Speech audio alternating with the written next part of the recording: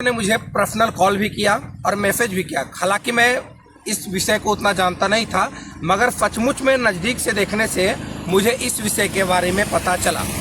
मैं क्या बोल रहा हूँ और क्यों बोल रहा हूँ मैं आपको विस्तार से बताता हूँ। आपने तमाम राज्यों में सुना होगा ऐसी घटना में, चाहे दिल्ली हो चाहे किसी भी राज्य में आपने सुना होगा कि इंसाफित प्रदेश चाहे दिल्ली हो चाहे अनेक राज्यों में आपने एक बात सुना होगा कि रोड में एक्सीडेंट हुआ और सरिया निकला हुआ था पुल में, उसके कारण मृत्यु हो गई। किसी का पति मरा तो किसी का बेटा मरा तो किसी का कोई मरा, परिवार के बहुत से सदस्य चले जाते हैं।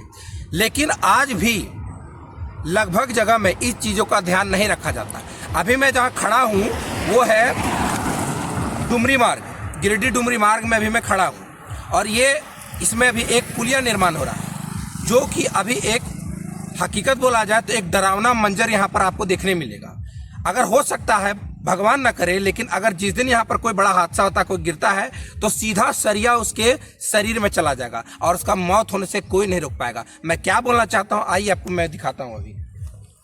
और ये चीज़ आज से नहीं है, ये आज से नहीं, कई दिनों से कई लोगों ने मुझे मैसेज किया, कई लोगों ने मुझे फ़ोन किया, आप बोला कि इसके बारे में आप एक बार बताइए। ये देखिए कितना खतरनाक है, पूरा लाइन से सरिया निकला हुआ है। कल दिन यहाँ अगर कोई बड़ा एक्सीडेंट होता है तो सीधा सरिया किसी के पेट में, छाती में, कहीं भी जा सकता है। और यहाँ पर बोलने वाला, अब देखिए आप लाइन से देखिए सरिया निकला हुआ है किस प्रकार। लेकिन आप सोचिए कितना भयावह स्थिति हो सकता है किसी के साथ जिस दिन घटना होगा, कितना भयावह मंजर होगा उस दिन का। लेकिन सोचिए उन मूर्खों को पता होना चाहिए जो इस पुल का निर्माण करा है, जो ठेकेदार है, उन मूर्खों को चाहिए कि इस तरह जो हम खुला छोड़ दिए हैं, किसी का भी यहाँ पर बहुत बड़ा हादसा, किसी के साथ भी बहुत बड़ा हादसा हो सकता है। आज आपको समझ में नहीं आएगा लेकिन घटना के बाद जरूर समझ में आएगा। आप सोचिए कितना भयावह है, एक बार देखिए और एक बार सोचिए ये कितना भयावह हो सकता है।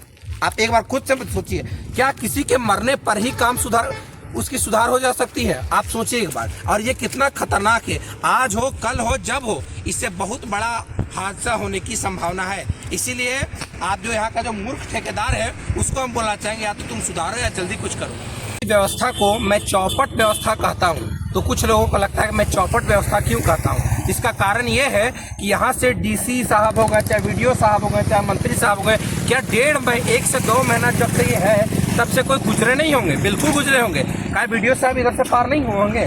क्या यहाँ से सीओ सर पार नहीं होंगे? डीसी सर यहाँ से पार नहीं होंगे?